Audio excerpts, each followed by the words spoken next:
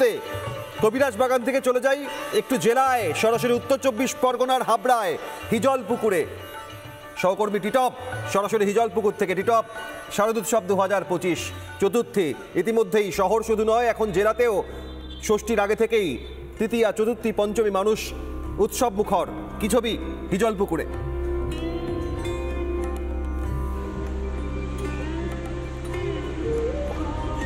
দেখো, একদম তোমাকে এবং এই মুহূর্তে রিপাবলিক বাংলা দর্শক যারা দেখছেন তাদের প্রত্যেককেই চতুর্থীর শারদীয়ার শুভেচ্ছা।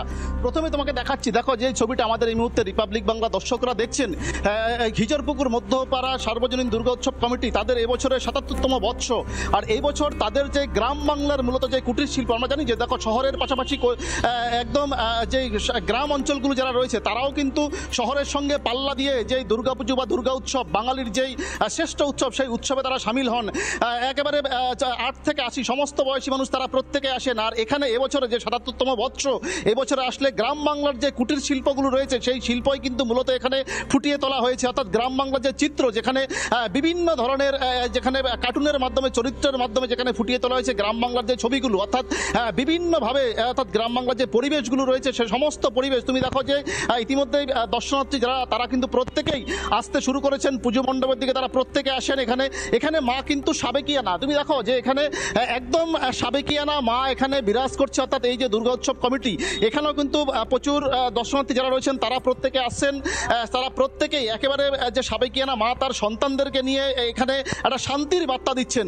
অর্থাৎ এই যে পুজো কমিটি তারা যেমন একদিকে যেমন পুজো প্যান্ডেল যারা রয়েছেন সেই পুজো প্যান্ডেল তারা যেমন ফুটিয়ে তুলেছেন খুব সুন্দরভাবে, তেমনিভাবে অর্থাৎ এখানে তুমি দেখো যে ছোট ছোট শিল্পীর যে হাতের কাজগুলো রয়েছে, অর্থাৎ গ্রাম বাংলার যে পাট শিল্প থেকে শুরু করে খড়, অর্থাৎ বিচুলি আমরা যাকে বলে থাকি, সে বিচুলি, তারপরে পাট, সমস্ত কিছু দিয়ে ছোট ছোট করে তারা বিভিন্ন ধরনের একদম যে শিল্পীর যে ডিজাইন বা যে নকশা সে তার মাধ্যমে এখানে ফুটিয়ে তুলেছেন সেই চিত্র।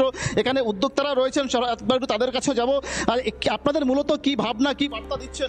দেখুন, এবারে আমাদের ৭৭তম বর্ষে আমাদের মূল থিম হচ্ছে গ্রাম বাংলার একটা চোখ ধাঁধানো প্যান্ডেল, সাথে সাথে আমাদের গ্রাম বাংলার সংস্কৃতি, শিল্প একেও তুলে ধরা, সাথে সাথে গ্রাম বাংলার যে অর্থনৈতিক কাঠামো যেগুলো গ্রাম বাংলা শিল্পের উপর নির্ভর করে সেইগুলোকে মানুষের কাছে পৌঁছে দেওয়ার বার্তা নিয়েই আমরা এবারের এই পুজো মণ্ডপটি তৈরি করেছি।